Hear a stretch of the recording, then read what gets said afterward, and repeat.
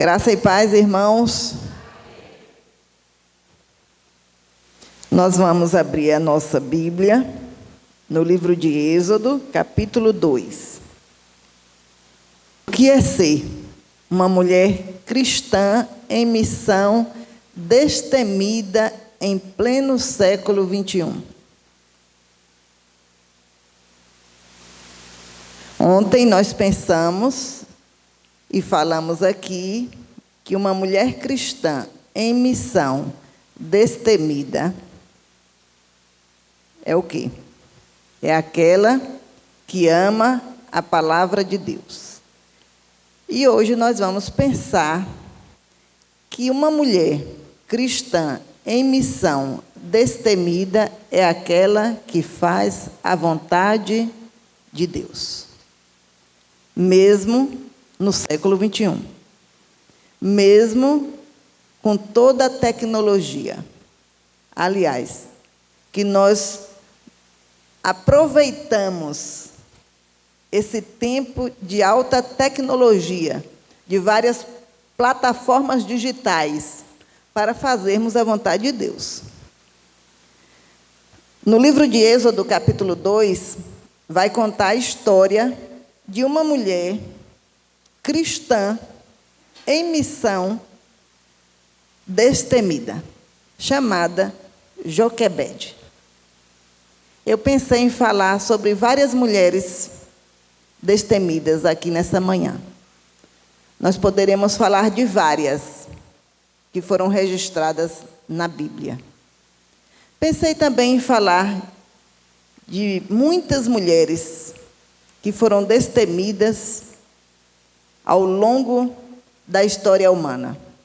Nós poderíamos aqui falar de Fanny Crosby, que ficou cega com poucos dias de nascida e é autora de vários hinos que nós cantamos através do nosso cantor cristão.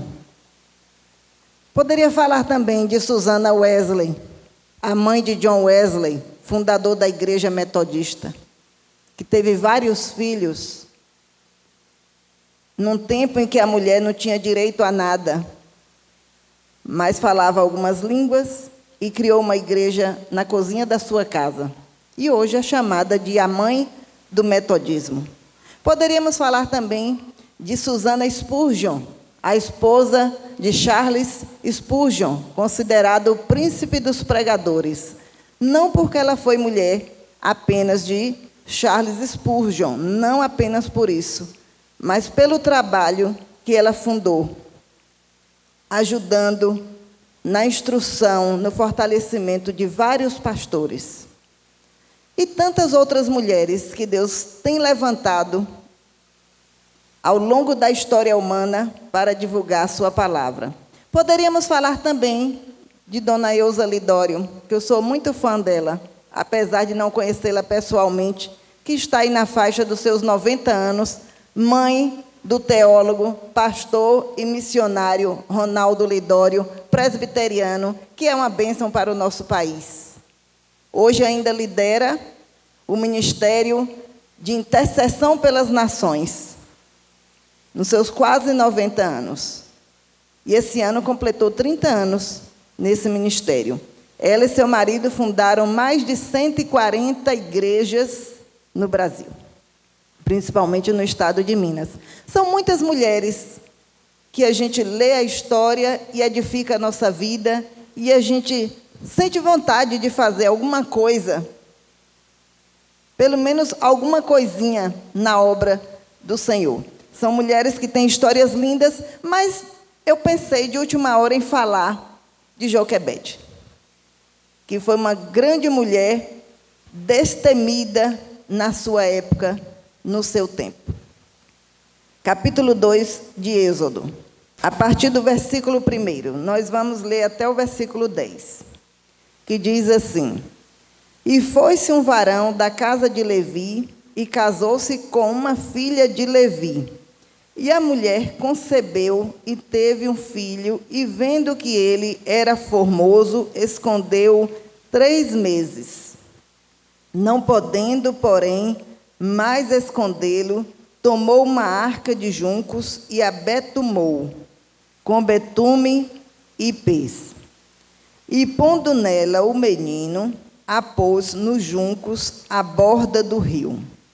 E a irmã do menino postou-se de longe para saber o que havia de acontecer. E a filha de Faraó desceu a lavar-se no rio, e as suas donzelas passeavam pela borda do rio. E ela viu a arca no meio dos juncos, e enviou a sua criada, e a tomou. E abrindo-a, viu o menino, e eis que o menino chorava. E moveu-se de compaixão dele, e disse: dos meninos dos hebreus é este. Então disse sua irmã, a filha de Faraó: irei eu a chamar uma ama das hebreias, que cria este menino para ti? E a filha de Faraó disse-lhe: vai. E foi-se a moça e chamou a mãe do menino.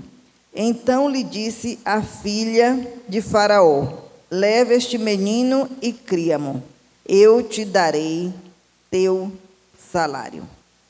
E a mulher tomou o menino e criou-o. E sendo o menino já grande, ela o trouxe à filha de Faraó, a qual o adotou.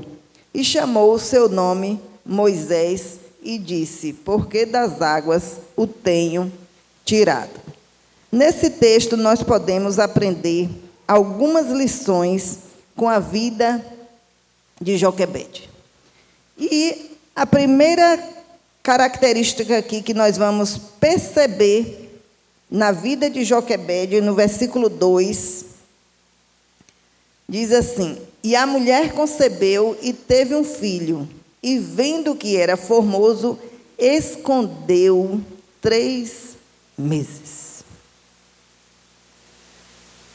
Naquele momento, havia uma sentença de morte para os meninos hebreus. A população estrangeira aumentou bastante no Egito. Os descendentes de Jacó, os descendentes de Abraão. E aqueles imigrantes ali no Egito não estavam sendo bem vistos. Essa semana, não sei quem viu no telejornal, uma manifestação, se eu não me engano, na Irlanda, contra os imigrantes, por conta de um ataque ali que envolvia um imigrante. E, graças a Deus, foi um brasileiro que livrou de uma tragédia maior, que também é imigrante na Irlanda. Então, às vezes, a quantidade de imigrantes e de estrangeiros no país se torna realmente um incômodo, uma ameaça. E os egípcios estavam se sentindo assim. A população hebreia aumentando muito. E aí os líderes egípcios, os governantes, pensavam o seguinte: se tiver uma guerra com outro país, e aqueles hebreus se aliarem ao inimigo, nós vamos perder a guerra. E eles estão ficando muitos, estão se multiplicando muito, e daqui a pouco vão ser mais numerosos do que a nossa população egípcia. E aí então o faraó decretou o seguinte: todo menino hebreu que nascer, porque eram os meninos que iam para a guerra, adultos, os homens. Não é o caso de Israel hoje. Nós estamos vendo aí brasileiras deixando filhos, famílias, brasileiras israelenses, sendo convocadas para a guerra, lá no Oriente Médio. Porque Israel, no Israel de hoje, no estado atual, os homens são obrigados, os rapazes, a participarem do exército por 2 anos. E as mulheres, 18 meses. É obrigatório. Se não quiserem fazer carreira, eles são dispensados. E se quiserem continuar, ali eles vão fazendo outros cursos dentro do exército, que é considerado um dos mais fortes exércitos e bem preparados do mundo. E também o exército mais humano do mundo. E naquela época, os egípcios já temiam os hebreus. E por conta disso, fez um decreto o faraó: todo menino hebreu deve ser morto ao nascer. E as parteiras hebreias temeram ao Senhor e não cumpriram aquela ordem do faraó. E a Bíblia diz no capítulo 1 que aquelas parteiras foram abençoadas pelo Senhor. Não pela mentira, não porque elas enganaram o faraó, mas porque elas temeram o decreto divino ao invés de temerem o decreto humano. E Joquebede, porque temia muito ao Senhor, ela também não quis matar o seu filho. Ela teve muita coragem, porque ela também poderia perder a sua vida, como toda a sua família, por desobedecer um decreto governamental. Vinha de lá, do governo federal, a ordem. E ali ela escondeu aquele menino por 3 meses. Como? As mães, pensem aí, como esconder um bebê que chora? E os vizinhos? Eu não sei como Joquebede conseguiu isso. Mas mãe é mãe. Mãe, quando quer guardar os filhos, proteger os filhos, a gente faz coisas inimagináveis. E aquela mãe fez isso, porque era uma mulher cristã destemida e que temia ao Senhor. Então, Joquebede foi uma mulher de coragem. Uma outra característica de Joquebede foi uma mulher criativa. No versículo 3, ela fez uma arca, ou um bercinho, um cesto de juncos. Juncos era uma planta que havia ali nas bordas do rio Nilo, e que a gente pode comparar assim, se fosse hoje aqui, eu não sei se aqui tem lagoa, tem bambu aqui? Taboa, a gente chama de taboa. Taboa, bambu, sisal, né? O sertanejo conhece muito o sisal, que faz aqueles cestos. Então, era uma árvore tipo essa, uma planta, tipo sisal, que os nossos sertanejos fazem muitos cestos e decorações para casa, abajus. E ali Joquebede pensou em fazer um cestinho de junco, betumou, não é? Passou o betume, aquela cola, eu não sei como foi que ela conseguiu fazer essa arte, aquele barro, alguma coisa que colava e protegia ali aquele bercinho, aquele cesto, para não vazar e não entrar água. E ali ela teve todo o cuidado de preparar aquele cesto. Ela poderia fazer alguma coisa mais valiosa? Creio que não. Era uma família sem recursos financeiros. Uma família escrava. Naquela época, os hebreus eram escravos dos egípcios. Então, eu creio que Joquebede não tinha muita opção em casa. E aí vem aquele dom que Deus dá para as mulheres. Não tem muita coisa em casa para os filhos. Aí inventa uma sopinha. Uma sopinha rala, mas alimenta. E aí não tem muita roupa para vestir os filhos, nem pode comprar roupas de marcas e caras. Aí aprende a costurar. Aí de uma roupa faz outra. Não é? De uma saia longa, corta, bota um babado, já muda a roupa. Não é assim? Troca um botão, já fica uma roupa nova. Bota um arranjo. A gente tem, assim, um dom que os homens não têm, não é, pastor? Deus deu, eu penso que Deus deu mais criatividade às mulheres do que aos homens. Eu creio nisso. E, de repente, Deus vai conduzindo a nossa família dentro dos recursos que Ele nos dá. E Joquebede, com a sua criatividade, ela não ficou parada e nem murmurando. Ela ficou pensando e pedindo a Deus o que fazer. E Deus deu essa ideia para ela. Ali ela colocou aquele bebê dentro daquela cestinha, mas e aí? E depois? Ia fazer o quê com aquele cesto? Prestou atenção onde era que a filha de Faraó se banhava. Ela não colocou o cestinho em qualquer lugar ali do rio. E orientou a irmã mais velha, orientou Miriam. Você vai levar o cestinho, faz de conta que ali dentro do cestinho tem umas frutas, mas era Moisés se balançando ali dentro. E a menina levando o cestinho, e Moisés se balançando. E aí colocou o cestinho ali no lugar seguro e ficou olhando. Eu tenho certeza que Miriam ficou prestando atenção no que Deus ia fazer.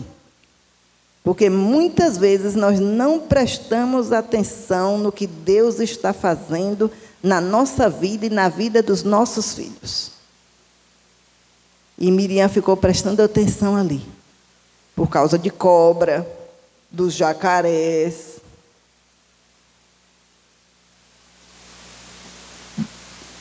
dos animais rasteiros ali, perigosos, venenosos, que cercam a vida dos nossos filhos, e nós temos que vigiar e...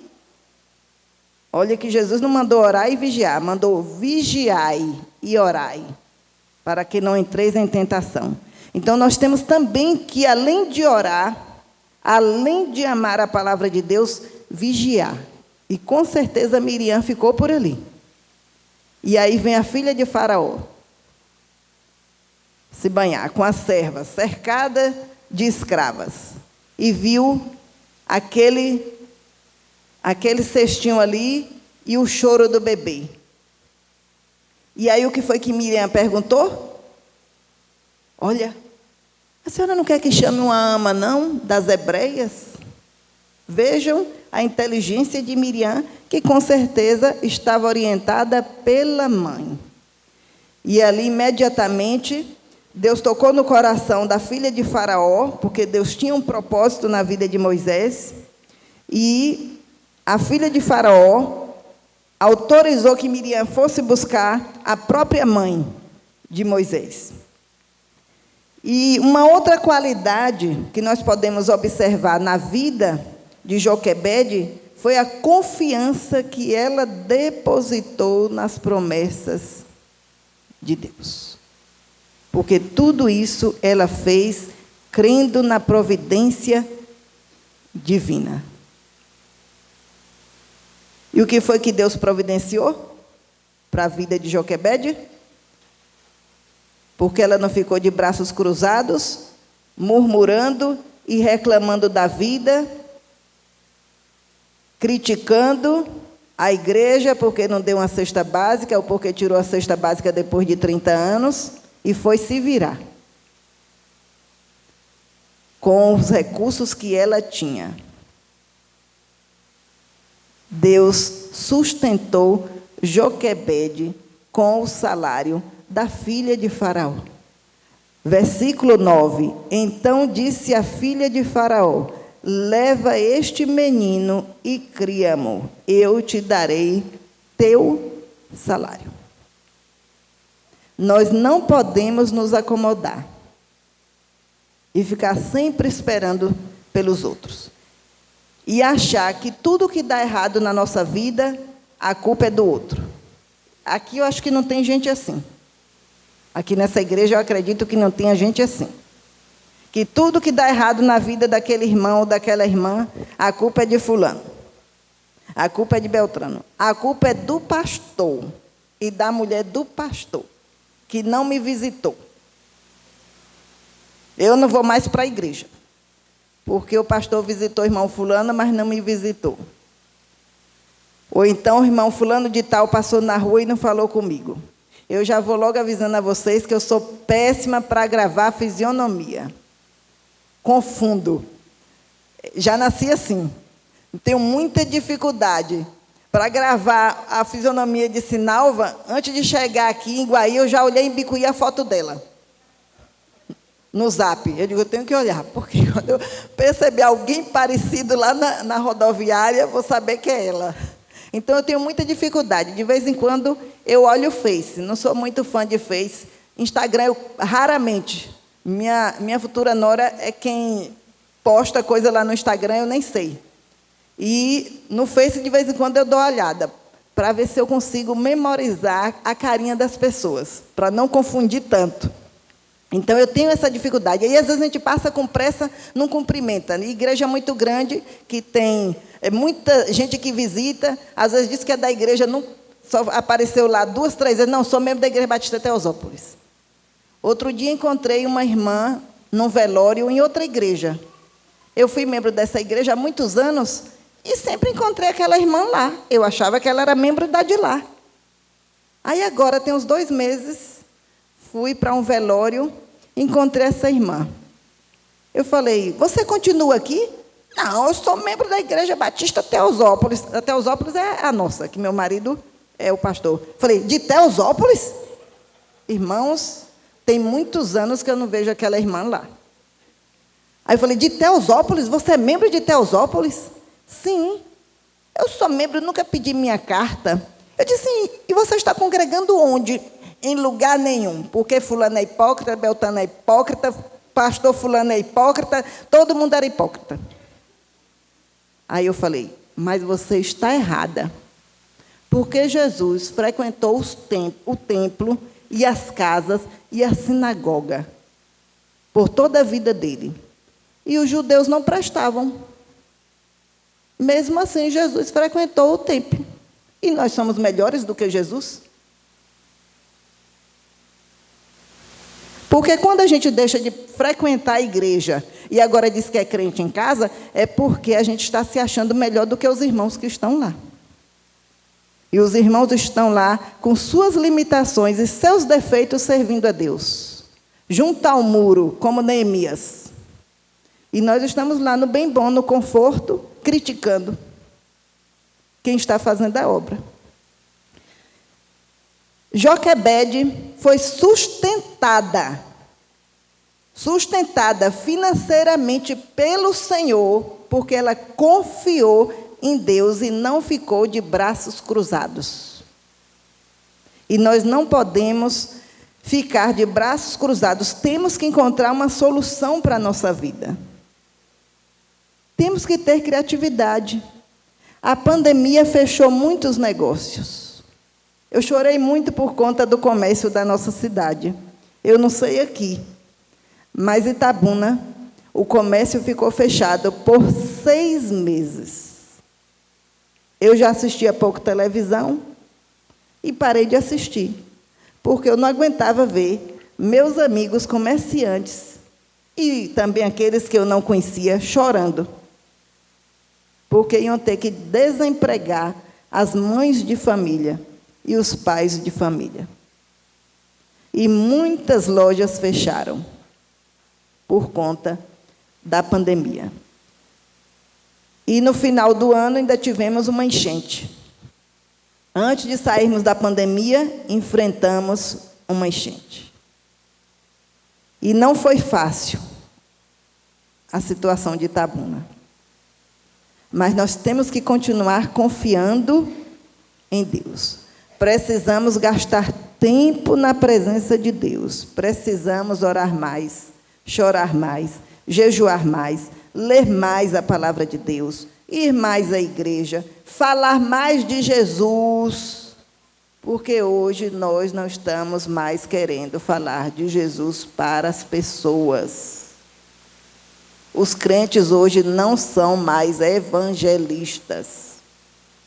E nós precisamos voltar a ter esse espírito evangelista, com sabedoria, pedindo sabedoria e discernimento ao Senhor, pedindo oportunidades a Deus para falarmos de Jesus e anunciarmos a volta de Jesus. Ontem, quando eu peguei o Uber para ir para a rodoviária, aí no semáforo paramos em frente a um prédio e estava escrito assim, na nossa cidade tem alguns cartazes com esse texto: arrependei-vos, crede no Evangelho, a volta de Jesus está próxima. Aí eu li em voz alta, de propósito, para o motorista ouvir. Eu falei, Jesus está perto de voltar mesmo, as coisas estão difíceis. E aí puxei assunto, ele é verdade. Então a gente tem que aproveitar oportunidades para ir falando da volta de Jesus, que as pessoas precisam se arrepender, as pessoas precisam crer. A palavra de Deus, a fé vem pelo ouvir, e o ouvir pela palavra de Deus, Romanos 10, 17. Precisamos também voltar a memorizar a palavra de Deus. Hoje, eu penso que é uma coisa assim, é uma coisa boa e, ao mesmo tempo, um pouco difícil, porque nós temos tantas versões hoje da Bíblia, graças a Deus, mas é assim, eu uso a corrigida, tenho outras em casa para estudo. Aí, como a corrigida é mais antiga, e eu me converti com 15 anos, então eu sei alguns textos na versão corrigida. Mas aí cada irmão traz uma Bíblia com uma versão diferente para a igreja, então a gente usa o Data Show. E aí os crentes não abrem mais a Bíblia, porque está lendo no Data Show. Se eu pudesse, eu ia tirar todos esses Data Show das igrejas, porque o povo hoje não sabe mais abrir a Bíblia. Que é uma coisa boa, é a tecnologia. Aí, se não tiver, é uma igreja retrógrada, pobre, não tem nem Data Show. Mas, com o Data Show, com essas facilidades, os crentes hoje não sabem mais nem o livro de Esdras. Vamos abrir o livro de Esdras, de Neemias.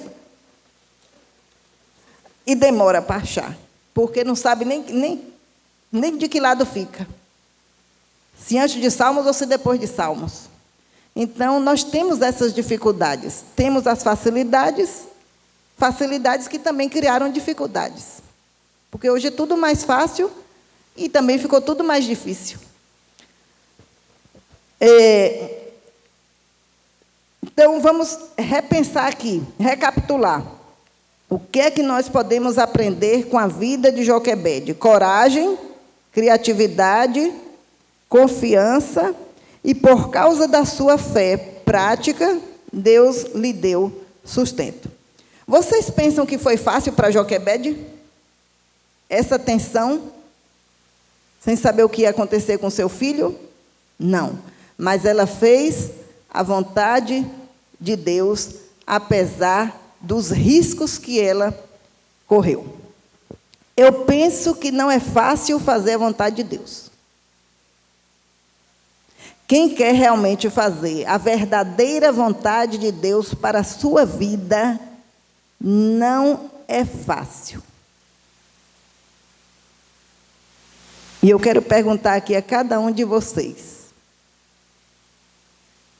você está fazendo a vontade de Deus? Todos fomos chamados. E às vezes a gente tem ideia que só o pastor Gamaliel e Talita foram chamados, ou Camila. Mas todos os crentes, todos os discípulos de Jesus foram chamados para a obra, seja qual for. Todos foram chamados para serem pescadores de almas. Você está fazendo a vontade de Deus? Você está no centro da vontade de Deus? Pergunta para o Senhor, hoje. E nem sempre fazer a vontade de Deus quer dizer que teremos uma vida tranquila. Às vezes é o contrário. Às vezes enfrentamos tempestades, porque estamos fazendo a vontade dEle. Estamos nos esforçando para ganharmos almas. Estamos orando pela salvação dos nossos familiares. Estamos gastando horas na presença de Deus, orando pela salvação dos nossos filhos, netos, quem tem, eu não tenho ainda. Porque precisamos gastar tempo na presença de Deus. E hoje, com tanta facilidade de acesso à tecnologia, às redes sociais, a gente gasta muito tempo compartilhando e postando. Eu recebo só de uma irmã. Eu faço parte de vários grupos. Os grupos dos ministérios, pequeno grupo, da minha classe, da escola bíblica virtual, da escola bíblica dominical. E eu fico observando as postagens de alguns irmãos. Tem uma irmã que posta para mim todos os dias cerca de 5 mensagens. Mensagem curta, mensagem longa, foto de flor, 5 por dia. Aí eu passo assim, só uma. Agora pensem que eu acho que todos os irmãos aqui fazem parte de vários grupos, não é só o pastor nem a mulher do pastor. Todos nós, grupo do trabalho, grupo da família, né? Grupo da juventude, eu tenho um grupo chamado Sobreviventes. Sobreviventes são os jovens da primeira igreja batista de Itabuna, os que sobreviveram ao pastor Samuel Barreto. Uma bênção, amo o pastor Samuel Barreto, é por isso que eu falo o nome dele, porque eu sou fã, aprendi muito com o pastor Samuel Barreto. E eu fico pensando, se aquela irmã lê todas aquelas mensagens que ela posta, para mim e para, acho que as pessoas que ela tem amizade. E eu fico pensando assim, às vezes eu digo para Geraldo, os crentes estão lendo a Bíblia não, nem estão orando não, porque não tem tempo. Toda hora tem uma postagem daquela pessoa. Agora, se a gente for passar o dia lendo tudo que as pessoas postam no Zap e nos grupos, a gente não vai trabalhar, não vai cozinhar, não vai dormir, não vai ler a Bíblia, não vai orar, porque é muita coisa desnecessária. A gente postar um versículo bíblico, não todo dia para não aborrecer e irritar as pessoas. Aí sim, de vez em quando eu faço isso. Aí pego um versículo lá que Deus falou no meu coração e mando para aquela pessoa que eu acho que Deus vai falar. Sim, é uma coisa boa. Nós temos que aproveitar essas ferramentas maravilhosas. Aí, às vezes, eu comento assim, se o Zap cobrasse, será que as pessoas postariam tantas coisas desnecessárias? Porque é uma bênção essas ferramentas. A gente se comunicar. Eu tenho 3 filhos morando fora. Só tenho 3, né? E os 3 atualmente moram fora. Um em Goiânia, é soldado em Goiânia, o outro é cabo da Marinha no Rio, e o outro agora está fazendo o curso de formação investigador da Polícia Civil, Salvador. Então, os 3 morando fora. Aí, eu pego o celular pela manhã, durante o dia, aí dou uma passadinha, para ver se tem alguma coisa dos meninos, de urgência. Às vezes eu deixo o celular no vibra, e esqueço, eles ligam e eu não ouço. Minha mãe, você não atende. E aí eu dou uma olhadinha, para ver se tem alguma coisa urgente ali, pronto. Deixo o celular lá. Aí, enquanto eu faço comida, lavo o prato, coloco roupa na máquina, aí eu estou com o meu celular ouvindo. Hernandes Dias Lopes, Augusto Nicodemos, Edmeia. Que bênção, que maravilha a gente ouvir a palavra. Não é? Alguns meses, eu tive uma virose. Minha mente não conseguia concentrar em nada, se concentrar em leitura. Aí eu peguei o celular, botei no áudio. Olha, para quem não sabe ler, a dica. Colocar no áudio. Aprende aí pede ajuda aos universitários. E bota no áudio a Bíblia. Instala a Bíblia no celular, pega uma versão boa, instala. Aí eu coloquei no áudio e fiquei deitada lá, só ouvindo a palavra. Aí meu marido entrou no quarto. Está dormindo? Falei, não, estou ouvindo a palavra.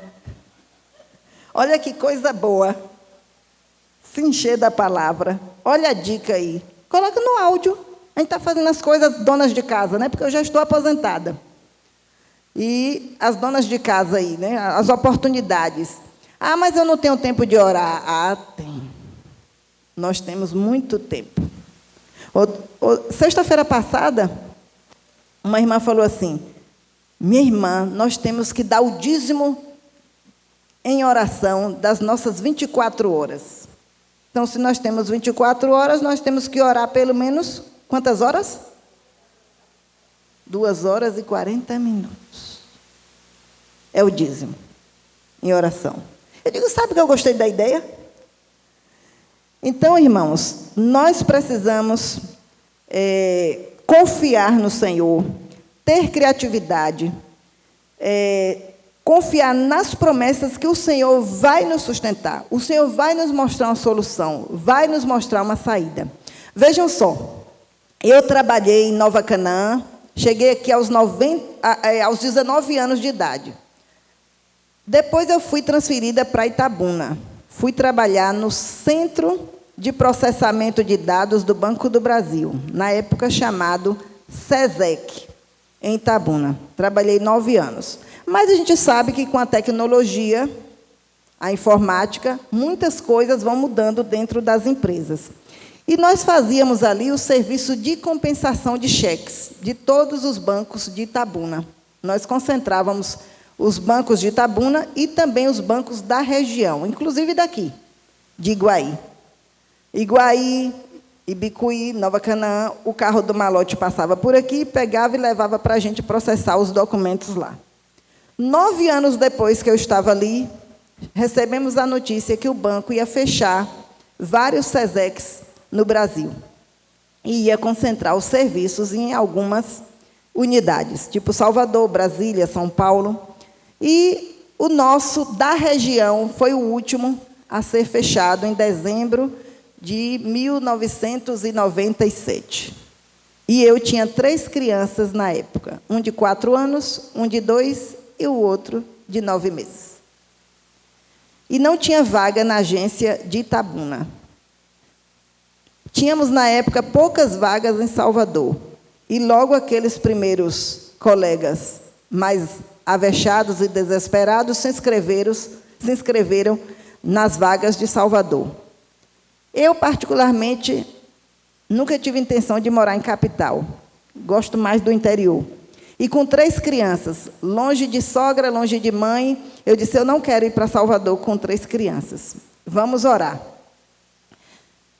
E as agências, os gerentes começaram a colocar muitas dificuldades para receberem os funcionários com mais tempo de banco, porque o salário era um pouquinho a mais do que os novatos.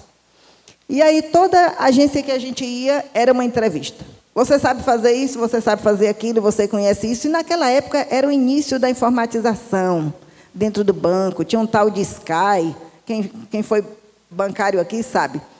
E eles começaram a colocar muitas exigências. E aí, meu irmão também era funcionário do Banco do Brasil. Hoje, já está aposentado também. Meu irmão mais velho. E ele começou a ligar para vários gerentes conhecidos. E liga para um, liga para outro. Nós tínhamos um amigo que era gerente do jornal A Região na época, e membro da nossa igreja. Aí ele disse, Val, vou entrar em contato com o superintendente da Bahia e ver se ele consegue uma vaga para você, aqui perto. E aí recebi o recado do superintendente. O Flávio me ligou e disse, olhe, o superintendente disse que te leva para Porto Seguro, Camamu ou Mucugê. Dentro de 6 meses, ele te traz de volta para Itabuna. Mas sabe aquilo que não... Deus não confirmou no meu coração.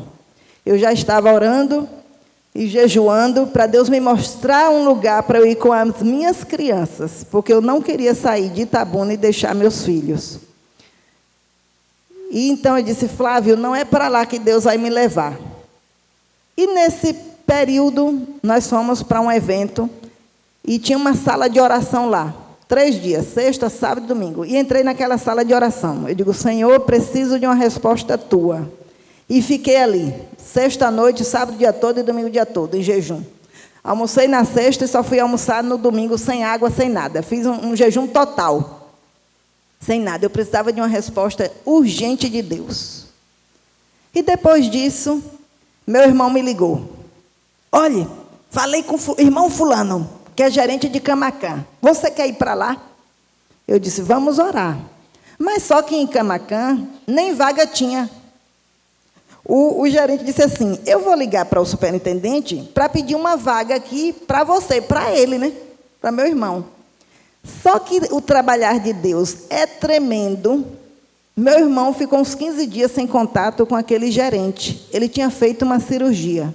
E resultado, nesse período que ele estava ausente do banco, o banco transferiu para Ipiúna. Ipiaú. E lá tinha 3 vagas. E para onde eu fui? Para Ipiaú. Aí meu irmão ligou, um sábado. Olhe, Orlantildes foi transferido para Ipiaú. E disse que lá tem 3 vagas. Você quer ir? Eu quero.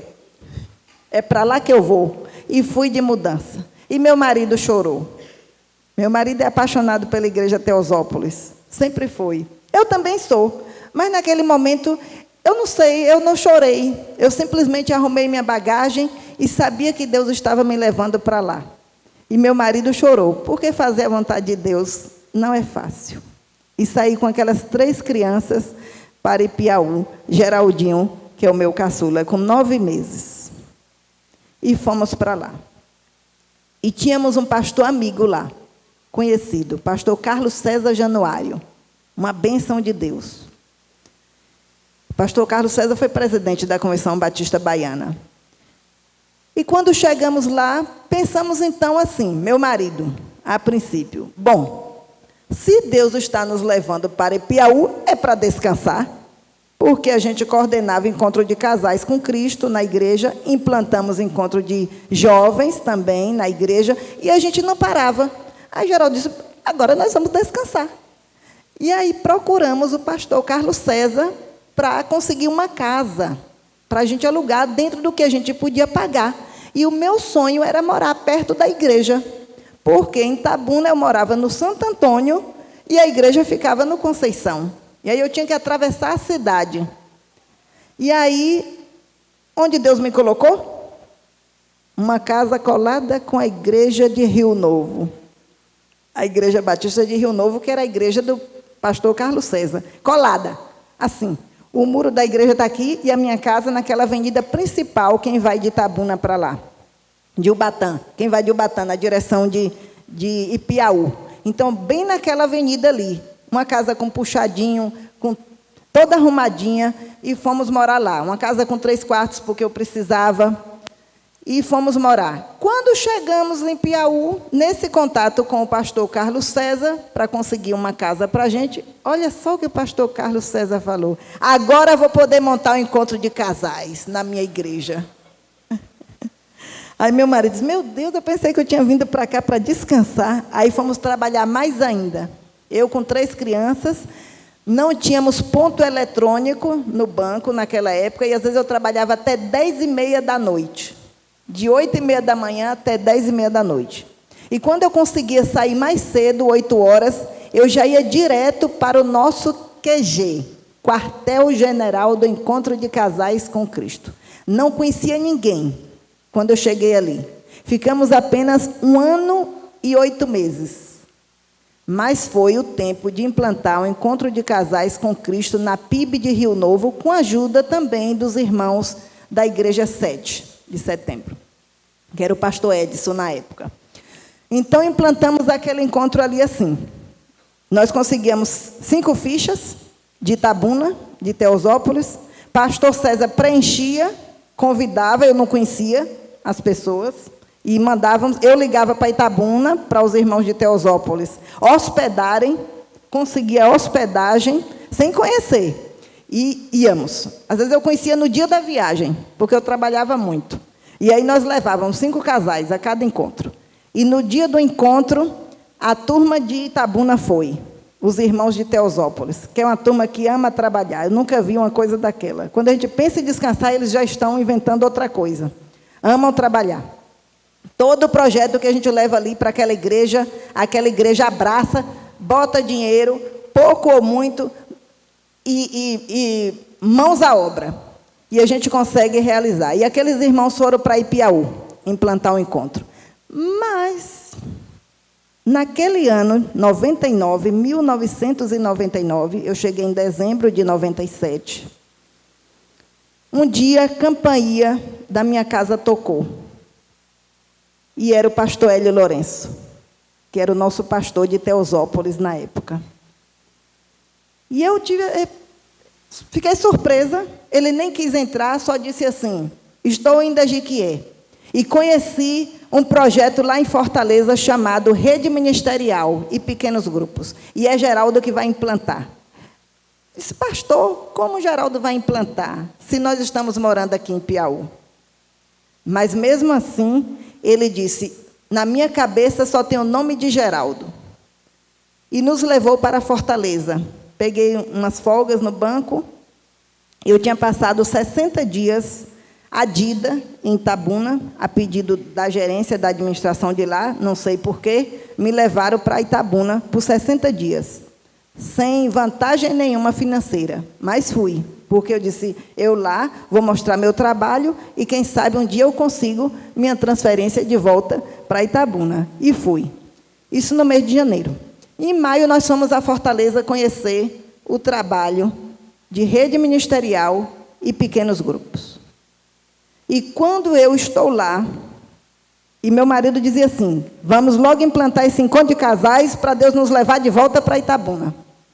Isso foi em maio, em junho seria o primeiro encontro de casais com Cristo, em Piauí. E lá de Fortaleza eu liguei para casa para saber notícias dos meninos. E o meu irmão atendeu e disse assim, você foi transferida para Itabuna.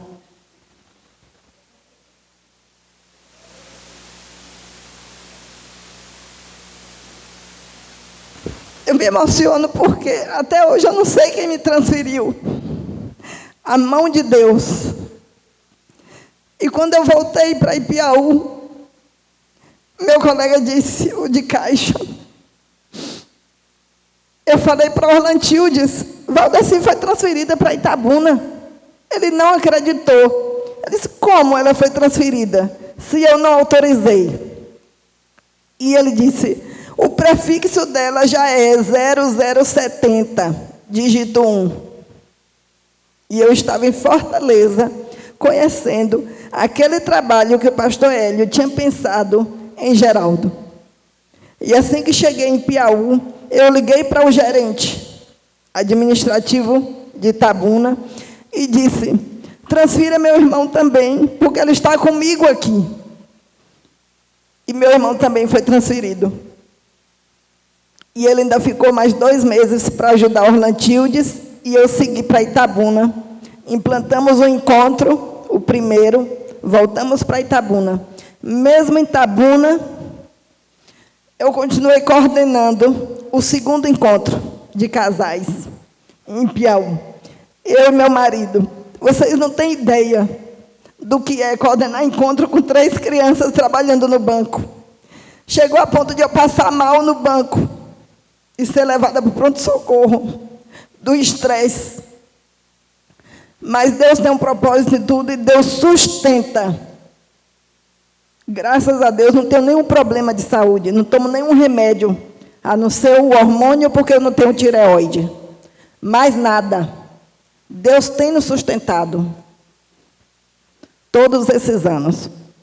Porque o lugar mais seguro e o lugar correto do cristão é no centro da vontade de Deus. Não é fácil, mas o Senhor é fiel. E Deus nos levou ali para Itabuna. E Deus ainda fez muito mais, porque o meu marido é funcionário aposentado da CEPLAC. Coisas sobrenaturais. Naquele ano de 99, eu fui transferida em agosto de 1999. E o pastor Hélio já tinha aquele projeto para Geraldo. E nós estávamos construindo essa casa que nós moramos hoje há 23 anos. E saiu um projeto do governo federal de licença por 3 anos, sem vencimento. E o meu marido foi contemplado com aquela licença. A pessoa podia pegar uma licença ou podia pegar uma demissão voluntária. E meu marido optou pela licença naquele período. E Geraldo ficou 3 anos como obreiro voluntário, obreiro leigo, na Igreja Batista Teosópolis. E implantou a rede ministerial e os pequenos grupos. Quando ele saiu, depois de 3 anos, ele deixou 83 pequenos grupos. Infelizmente, depois que ele saiu, não prepararam outro líder e, em pouco tempo, desceu para 30. O número reduziu para 30. Mas ainda temos pequenos grupos na igreja, graças a Deus. E estamos caminhando no ritmo que Deus permite. E, depois dos 3 anos, pastor Hélio era vivo ainda, ele retornou para a CEPLAC, mas deixou o trabalho implantado. A mão do Senhor. E Joquebede confiou que Deus estava naquele negócio. Que o Senhor nos abençoe e que nos ajude a sermos mulheres cristãs em missão destemidas, que fazem a vontade de Deus.